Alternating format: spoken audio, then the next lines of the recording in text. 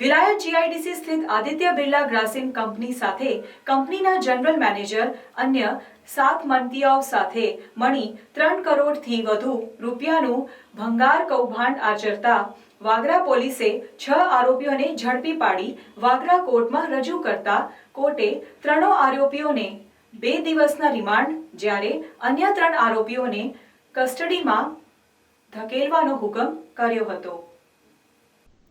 વિલાયત GIDC સ્થિત Aditya Birla Grasim company સાથે કંપનીના જનરલ મેનેજરે અન્ય 7 મંત્રીઓ સાથે મળી 3 કરોડથી વધુ રૂપિયાનું ભંગાર કૌભાંડ આચરતા વાગરા પોલીસે 6 આરોપીઓને ઝડપી પાડી વાગરા કોર્ટમાં રજૂ કરતા કોર્ટે 3 આરોપીઓના 2 દિવસના રિમાન્ડ જ્યારે અન્ય 3 આરોપીઓને કસ્ટડીમાં ધકેલવાનો હુકમ કર્યો હતો। વાગરા જીઆઈડીસીમાં આવેલ બિરલા ગ્રાસિમ કંપનીના ફાઇબર ડિવિઝનમાં 3 કરોડ ઉપરાંતની છેતરપિંડી થયાનું સામે આવતા કંપની સકુલ સહિત ઉદ્યોગ જગતમાં ચકચાર મચી જવા પામી હતી। વાગરા પોલીસે ઝડપાયેલા 6 આરોપીઓને પકડી કોર્ટ સમક્ષ રજૂ કર્યા હતા। વાગરા પોલીસ દ્વારા કોર્ટ સમક્ષ 7 દિવસના રિમાન્ડની માંગણી કરાઈ હતી।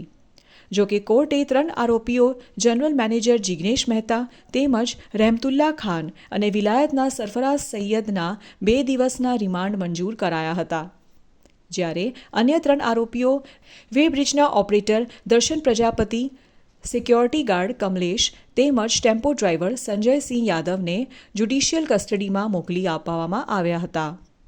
બિરલા ગ્રાસિમ કંપનીના ફાઇબર ડિવિઝનમાં રોયલ એન્ટરપ્રાઇઝના નામથી ધર્મેશે સ્ક્રેપનો કોન્ટ્રાક્ટ મેળવ્યો હતો। સ્ક્રેપ કાંડમાં 8 પૈકી 6 આરોપીઓને પોલીસે ઝડપી લીધા હતા જ્યારે અન્ય 2 ફરાર આરોપી પૈકી મુખ્ય સૂત્રધાર ધર્મેશને પોલીસે વિલાયત ચોકડી ખાતેથી ઝડપી લીધો હતો।